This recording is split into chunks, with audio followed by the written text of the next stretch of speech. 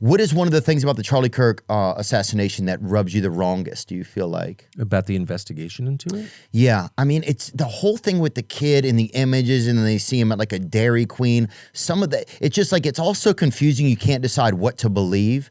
But also the fact that it doesn't feel like there's any presentation from the FBI or something about reality.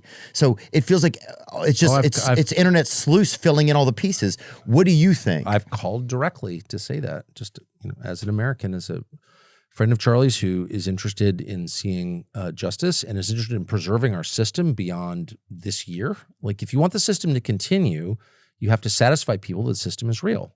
And if they're convinced that it's not real, at some point they'll overthrow it. That's just going to happen, okay? Oh, but Mamdani. Yeah, how do you think we got Mamdani? And you think Mamdani's radical? The dude went to Bowdoin. It could be a lot more radical than that. And we're going to get that. They have a good sailing team there. Do they? Yeah. At Bowdoin? I thought it was Bowdoin, but it's not. No, it's Bowdoin. Known really for sodomy, but also sailing. I didn't know that, huh? Enthusiastic. The high Actually, I think seas. they've got one of the top-rated varsity sodomy teams in the country. Hard to starboard. Zen users. But anyway, here's what I am concerned about. A lot of things. One, he acted alone. Tell me how that worked. I don't, none of us really act alone. It's hard to go anywhere by yourself, too. Thank you. Exactly. You acted totally alone. Okay. You're going to have to prove that to me. It's totally possible. Anything is possible. Weird things have happened. We'll continue to. But that's not my default assumption, and it shouldn't be yours. And their default assumption was we acted alone. Really? Why do you think that? What about life suggests that people typically act alone? When was the last time you acted alone in anything? I don't go, right? So A.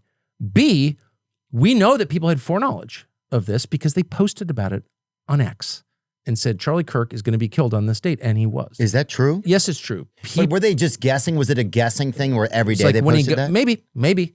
Have those people been interviewed? Have they been hauled into FBI HQ and had a long conversation with how they knew that? Like, let's get really specific. Why did you post that? Who have you talked to? Like, if I were doing this investigation, because I spent my whole life doing non-criminal investigations called journalism, like, what do we know is true? How do we find out? Call everybody. Be open-minded. It's like it's the same process. If I was doing this investigation, they would be at the very top of the list. We know, because we've got public postings on Twitter that people know, just like on 9/11. We know people bet against American Airlines and the banks that were in the World Trade Centers. They shorted those stocks. Those people clearly had foreknowledge of 9/11. Who were those people? We still don't know. So I would start there. But so you're saying that just the fact that there could possibly be some foreknowledge should be investigated? Well, there was foreknowledge because I saw the tweets. And so I saw at least two that said, everything's going to change when Charlie Kirk gets to the college in Utah. Okay. So those people, I'm not saying they're a part of a conspiracy, but there's evidence that they had foreknowledge. Okay. So that's where you begin. And then I could go on. Like, tell me how this guy who seemed normal became a radical trans furry murderer. It's not enough to tell me, oh, trans. I'm not pro-trans, by the way. But was that the guy or his boyfriend? Well, exactly right. Tell me how this guy became so radicalized that he murdered a stranger. I'm not saying it didn't happen. I'm saying I want an explanation for how it happened. Why wouldn't I? I agree. Oh, we can't talk about that because it'll prejudice the jury pool. Really, you've told the world that you have both a confession from him in his text to his boyfriend and the murder weapon with his fingerprints on it. I think you've got a pretty solid case. So why is it so difficult to just explain? Dude, 9/11, the rubble was still smoldering whenever I was on television on 9/11. So I remember this very well. People are instantly appeared. Oh, this is Islamic radicalism. Here's where it comes from. We're going to invite this guy in from Columbia who's just written a book about it. And like the whole explanation was ready to go. Yeah. There's no even attempt, which is both good and bad, but there's no attempt to explain how this happened. Like that's the key question we all want to know. Yes, I know Charlie Kirk was murdered by gunshot. Got it. Saw it. Why? And they never want to tell you. Yeah. Was the kid on SSRI? Shut up. Are you a Scientologist? And they immediately start name calling you. Oh, you're Candace Owens now? No. Yeah, but if you're just a curious person who wants to know why your friend got killed. Well, that's kind of what I am. That's what I am. Right, that's what I'm saying. Right. It's a human person. Well, that's what Candace is. So I have said from the beginning, if you don't like what Candace Owens is saying, why don't you call her and offer a more plausible explanation for what happened. Oh, she's bad. She's bad. Okay. I mean, I like her a lot. I don't think she's bad, but I love her actually. But let's just stipulate she's bad. But why wouldn't you do that? Because I don't agree with some of the stuff that the rabbit hole she goes down, but I don't even know. But I like the fact that she likes to dig in the garden, you know? So it's like, I like the fact that she's curious, and that obviously if people weren't resonating with what she's doing, then nobody would be paying attention. But you know how many places I go, people will come up to me and be like, and I don't think they want to say something to me. They'll be like, I love Candace Owens. Dude, did I tell you what happened to me in Oslo this summer? Mm-mm. I was with my family, salmon fishing. White Oslo. Some people call it White Oslo as well. It's not very white anymore. It isn't? Nope. Ah, it's low. Yeah. But anyway, I'm in Oslo, Norway, and just for one night we were fishing, and then we go to Oslo to fly out, and I'm walking down the street with one of my daughters. Tucker Carlson! I was like, shit, I'm going to get yelled at in Oslo. This guy runs up to me. Tucker Carlson, yes. You know Candace Owens? I was like, yeah. He goes, tell her I love her. And I texted Candace. I was like, that is fame when people come up to you just because of the reflected glory of someone you know. Yeah. So why do people like Candace so much? She's an amazing broadcaster, yes. Because they sense in her, she might be wrong. Is she lying to me? Not on purpose. They sense the purity of her intent. That's the truth. And I can say, as someone who's dealt with government officials my whole life, I'm not vouching for everything Candace claims. I don't even know a lot of what she claims because I'm working on other stuff, and it makes me sad also. But the point is, do I trust Candace more than I trust your average DOJ official? Are you joking? It's not even close, dude. Yeah. It's not even close. It's not even close. We can all be wrong, but who do I trust to like try to tell the truth more? Candace or your average DOJ official? Opposite ends of the spectrum. I'll just say that. Yeah. So it's just so crazy that people who are trying to figure things out are getting ostracized, you know, whether they're right or wrong or something. At least they're trying to have some semblance of like curiosity, which is really just kind of if the official story describing the murder of your friend doesn't make sense, and you find yourself yelling at a podcaster for coming up with other theories, you're barking in the wrong direction. Your anger should be focused on the people whose job it is legally, constitutionally, to get to the answer. And there's very little pressure on them, I notice. And a great deal of pressure on Candace Owens. And by the way, I've said this to a bunch of people, you know, off the record, you know, people I'm just talking to. It's like, what Candace is saying is clearly causing a lot of turmoil.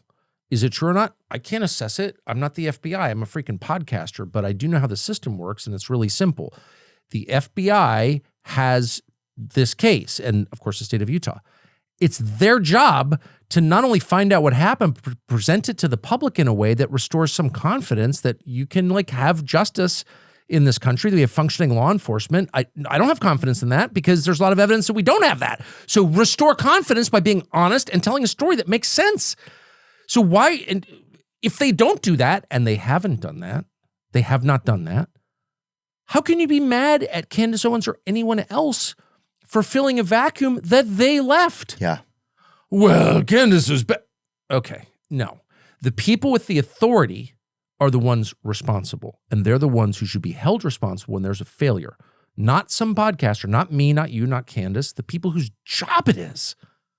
Talk about, and it's always that. It's always like, you say, well, I don't know why Israel's committing genocide, and God's like, shut up, Theo Von. It's like, shouldn't you be mad at Israel for committing the genocide?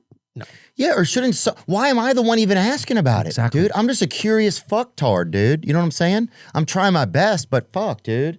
So we're not where we used to be, or we used to pretend we were. Where we all thought we were playing by the same rules. Right. And the rules were, if you have a better argument than I have, then you win. Yeah. And may the best argument win. We're so far beyond that. And I think the murder of Charlie Kirk was the moment when we could just admit it to ourselves. This is a guy whose whole life revolved around the proposition, let's debate. And they didn't want to debate. Whoever they is, they murdered him. And to be specific, who killed Charlie Kirk? Well, I don't know is the short answer. But I when we do find out, if we ever do, doubt we will, but if we do, I think, again, we'll not be surprised. It's just all tentacles from the same octopus, and the octopus is evil. Right. It's not an ethnic group. It's not a country. It's evil. This is what evil is. What is evil? Evil is a commitment to deception and violence, period. That's what it is. So it's too easy to be like, oh, it's Netanyahu or Smotrich or whatever. No, it's evil. It's existed from the beginning of time. It will exist until the end of time, and it has been the thing against which people have fought through all of history. It's evil. It manifests itself in a million different ways, but its hallmarks are always dishonesty and violence. Yeah, it feels like we've been a bit afraid to stand up against evil. Does that make sense to you? Of course it does. Like John Rich was just talking about it on your podcast the other day, and I thought that was a really neat episode. Wonderful, and man. I learned a lot about John Rich, and just like his clarity of thought, I thought was really neat. We were on a hunting trip, and pheasant hunting trip 2 weeks ago. When we did that, he can shoot too, which is nice. Can he? He can. He was bringing him down. We had a lot of hits, I know. But that guy, but we shouldn't be afraid of it, and we shouldn't be. So my struggle is against being shocked.